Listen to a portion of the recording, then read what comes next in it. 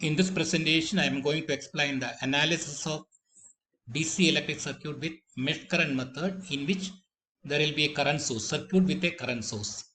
As we have seen here the mesh 1 as well as mesh 3 is having the current source 3 ampere and here 1 ampere. Now let us see circuit with current source. In circuits with current sources, instead of the EMF, the amount of current supplied by the source will be given.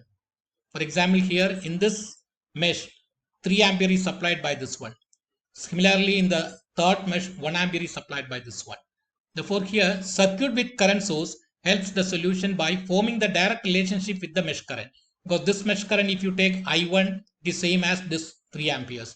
If you take the mesh current I3, that is equal to opposite to minus this. If you take in the clockwise direction, it is a minus 1 ampere. Therefore, that is possible in this case. That is, there are two cases are there. One is the current source is in the outer mesh. This is the first case. In which case A, the current sources are in the outer mesh. Therefore, here in mesh 1, and this is the mesh 2, and this is the mesh 3. Therefore, here 3 ampere is in here, and here similarly here 1 ampere is there. Therefore, that is the first case, and case A. Second case is that the current source is in the inner mesh. If you see here, the current source is at the inner mesh, that is in a branch that is common to the mesh 2 and mesh 3. This is a mesh 1. Therefore, when current source is coming in an inner mesh, how can we solve that one? That is, we'll be seeing in the coming slides. Therefore, these two cases, case A, current source in the outer meshes, and the second case B, the current sources are in the inner meshes. This will be explained in the coming slides. Now coming to the current sources in the outer mesh, that is here, this is a 3 mesh circuit in which this is a mesh 1, this is a mesh 2, and this is a mesh 3. Therefore, here the current source in the first mesh 3 ampere is flowing in this direction, and this is the 1 ampere is flowing in this direction, the outer mesh. Therefore, the current sources are in the outer meshes. For inner mesh, there is no current source. For the same, how we can analyze this one? For that one, as we have already discussed in the other presentation, first we have to assign the mesh currents. For the mesh current here, that is in clockwise direction, this is the mesh 1, I1, this is the mesh 2, I2, and this is the mesh 3, I3. That is assigning the mesh current in that one. And looking this one, that is the, we can see that one, we cannot apply the Kirchhoff's voltage law to this, these two loops, mesh 1 as well as mesh 3, we cannot apply the Kirchhoff's voltage law. For applying KVL in mesh 1 is not possible, since the voltage across the 3 ampere current source is not available. Therefore, we cannot apply the Kirchhoff's voltage law to this mesh 1. Similarly, the KVL cannot be applied for the mesh 3. That is not possible, since the voltage across the 1 ampere current source is not available. Therefore, we cannot apply the KVL to this mesh 1 as well as mesh 3. By visual inspection, we can see that one. It is clear that what is I1, that is here you can see that I1 is same as the 3 ampere. Therefore, here I1 is same as the 3 ampere, and here you can say the I3 is in this direction. 1 ampere current source is this one. Therefore, I3 equal to minus 1 ampere. Therefore, by visual inspection of this loops, outer loops like mesh 1 as well as mesh 3, we can see that one by visual inspection, it is clear that one, we can say that I1 equal to 3 ampere and I3 equal to minus 1 ampere. The branch current is equal to the mesh current in these cases. Here the branch current, this current is equal to the mesh current. Next one, this loop, the second loop, we can apply the KVL to the second loop since there is no current source in the loop.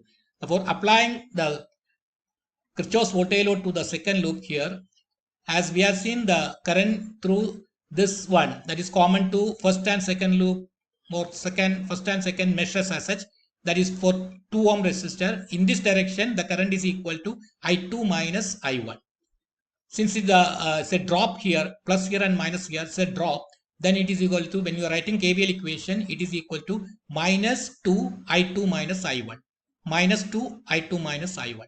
Now here the drop is equal to current I2. Of course, 2 ohm resistor is there. Therefore, minus 2i2 minus 2i2. The third element, that is here 1 ohm resistor is there, in which this current equal to 2 ampere. Sorry, this current is equal to I2 and this current is equal to I3. Therefore, net current through this one equal to I2 minus I3. Therefore, minus 1 into I2 minus I3 minus 1 into I2 minus I3 equal to 0. Therefore, we are applying the Kirchhoff's voltage law to the second loop and we are reducing that one. We are substituting these values here. I3 equal to minus 1 ampere and I1 equal to 3 ampere. We are substituting that in the equation. Then we will be getting the corresponding current, the mesh current I2 equal to 1 ampere.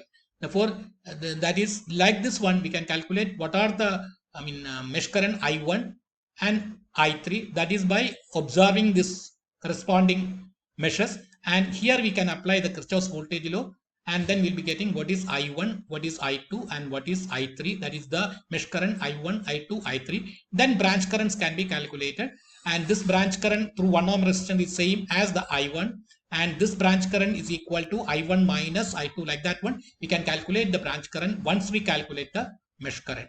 So the solution becomes easy with the presence of current source in the outer meshes. Now let us see the second case, that is a current source is the inner mesh. That is also that inner mesh we see coming into the word or the term, but is called the super mesh. Therefore, here there is a circuit here. Therefore, here this is the mesh 1. A 50 volt source is there. There are resistance are marked here.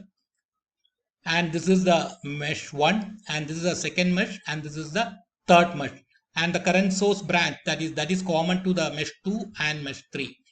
Now, how to solve this one means that for super mesh analysis is a technique for analyzing a circuit with the current source shared by 2 or more meshes. Therefore, here this current source, that is 2 ampere current source, is being shared by the mesh 2 as well as mesh 3. Therefore, there we can make the concept of super mesh. For identify the super meshes. How can we identify the super mesh? We can identify the super mesh by find the branches where a current source is shared by the two meshes. Therefore, this branch is being current source is being shared by these two meshes, mesh 2 as well as mesh 3. Then these meshes are, these two meshes will be joining together. That will be forming the super mesh. And how can we remove the current source? That is, we are removing the current source. We are assuming that this is open circuited, and then this loop, that is, you mark it as from here. It is this is called the super mesh as such. Therefore, assume open circuit the branch containing the current source in order to create a single larger loop that contains that is including encompassing the original meshes, and this is the super mesh. Therefore, in this case, this is the super mesh, and we are assuming that for time being this is get open circuited, so that this mesh is, we call it as super mesh. Therefore, this is the mesh 1. We can write KVL equation for this one. Second one, this 2 ampere can be written as it is equal to this loop mesh current equal to I2, and this mesh current is, we are assuming, I3. Therefore, this 2 ampere can be written as it is equal to I2 minus I3. That's the second equation. That is, third equation can be obtained by applying the Kirchhoff's voltage law equation to the super mesh. Therefore, there are three equations and we can solve for this current I1 and I2 and I3, and then we can calculate the branch currents. Therefore, that is the method how, when the current source is there, can make a super mesh. Now, continuing the same example, current source with in inner mesh, that is called a super mesh. That is, here current source is here in the inner mesh. Therefore, this is the mesh 1 and this is the mesh 2. This is a current I1 in clockwise direction. This is a mesh 2 current in clockwise direction, and again this is a mesh 3. This is again clockwise direction I3, and here the current source is existing common to the mesh 2 and 3. This is a mesh 2 and this is a mesh 3. Therefore, the current source is existing common to the mesh 2 and 3. Make it, and since it is a current source is there, we cannot apply directly KVL to these two meshes 2 and 3. Makes it impossible to write the KVL equation for the meshes 2 and 3. Therefore, we can apply the Kirchhoff's voltage law equation for the first mesh. We are applying the KVL to the first mesh. For here potential rise is there, 10 volt potential rise is there, then here drop is there, again here drop is there. Therefore we can apply that one 50, since it is a potential rise, 50 volt is there, 50 drop is there. Drop means that this current equal to I1 and this loop mesh current equal to I2, I1 minus I2 and 10 ohm resistance is there. Therefore minus 10 into I1 minus I2, then here the drop is equal to minus 5 into I1 minus I3, minus 5 into I1 minus I3 equals 0. Therefore we are applying the Kirchhoff's voltage law to this loop. Since there is no current source in this loop, we can apply the KVL to this loop. That is the first equation. There were three unknowns are there. I1 is there, I2 is there, I3 is there. Therefore you should have a three equations relating I1, I2 and I3. Now by visual inspection, it is clear that from this inspection we can clear that 2 ampere current is flowing like this. Current source is there. 2 ampere current source is in the direction of I2 and opposite direction of I3. It is opposite direction of I3, or meaning that 2 ampere equal to I2 minus I3. Therefore I2 minus I3 equal to 2 ampere. That's the second relation connecting I2 and I3. Third one, we have to form a super mesh here. That is, super mesh means B, we can see that one, B, E, F, D, C, B, or this is forming a super mesh. Therefore to form the third equation, combine the meshes that share the current sources, that is this share. This is the sharing the mesh 2 and 3. They are combining these two meshes. Mesh 2 and 3 we are combining and consider it as a super mesh. Therefore this mesh is considered as a super mesh and we are writing the corresponding Kirchhoff's voltage law equation. While writing the Kirchhoff's voltage law equation for the super mesh, we can see that one here one by one here. What is the drop across 10 ohm resistance? Because we are proceeding in a clockwise direction, the current in this direction is given by I2 minus I1. Of course 10 ohm resistance is there. Therefore minus 10 I2 minus I1, minus 10 I2 minus I1, and the drop here is equal to minus 2 I2, minus 2 I2, then drop here equal to minus 1 I3 or minus I3, and again this drop equal to this current equal to I3 and this current equal to I1, or minus 5 I3 minus I1 minus 5 I3 minus I1, and that's equal to 0. Therefore we are applying the Kirchhoff's voltage law to the super mesh, that is B, E, F, D, C, B, or this is a super mesh. Therefore now the three equations we have, the first equation of corresponding to this mesh, and the second by visual inspection we have found it as 2 ampere, that is equal to I2 minus I3, second relation, and the third relation can be obtained by writing the KVL equation to the super mesh. Therefore from this one we can solve these currents I1, I2 and I3 so that we can calculate the branch currents in terms of the mesh currents. Therefore now three equations and three unknowns are there that can be easily be solved. Now continuing the same example, this is a current source that is the inner mesh as such. That's a common to mesh 2 and 3, and we have seen we have to write the equations as we have seen. For the mesh 1 equation, as we have seen, it is equal to minus 10 into I1 minus I2 minus 5 into minus, of course, minus 5 into I1 minus I3 plus 50, that's equal to 0. And from that one we'll be getting equation 15 I1 minus 10 I2 minus 5 I3 equal to 50. Therefore that is the KVL equation corresponding to the mesh 1. Next, as visualizing these two current sources, these two loops, that is, or two meshes as such, mesh 2 and mesh 3 here. The I2 is in the same direction as the current source, current 2 ampere, and I3 is in the opposite direction, or we can say that I2 minus I3 equal to 2 ampere.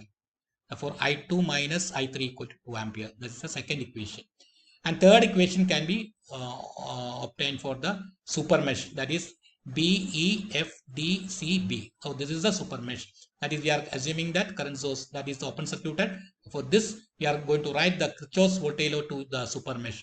Therefore, as we have already seen in the previous slide, it is equal to 10. This current equal to I2 minus I1. Therefore, minus 10 I2 minus I1 minus 2 minus 2I2, then minus here 1 ampere I3 minus 1 into I3 or minus I3, then drop here is equal to minus 5 into I3 minus I1, minus 5 into I3 minus I1 equal to 0.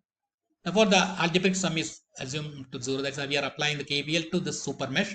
And from this equation, we will get 15I1 minus 12I2 minus 6I3 equal to 0. Therefore, that is the third equation. We have got the equation 1, 2 and 3. Now, if you see 1 minus 3, if you subtract third equation from the first equation, because 15I1 and 15I1 gets cancelled. And then we'll be getting what is that, minus 10I2 minus 12I2, or that will be getting, it is equal to 2I2 plus I3 equal to 50. That is subtracting equation 1 or 3 from 1, we'll be getting 2I2 plus I3 equal to 50, or you take it as a fourth equation. Now we'll be adding, to solve this one, we'll be adding second equation and fourth equation.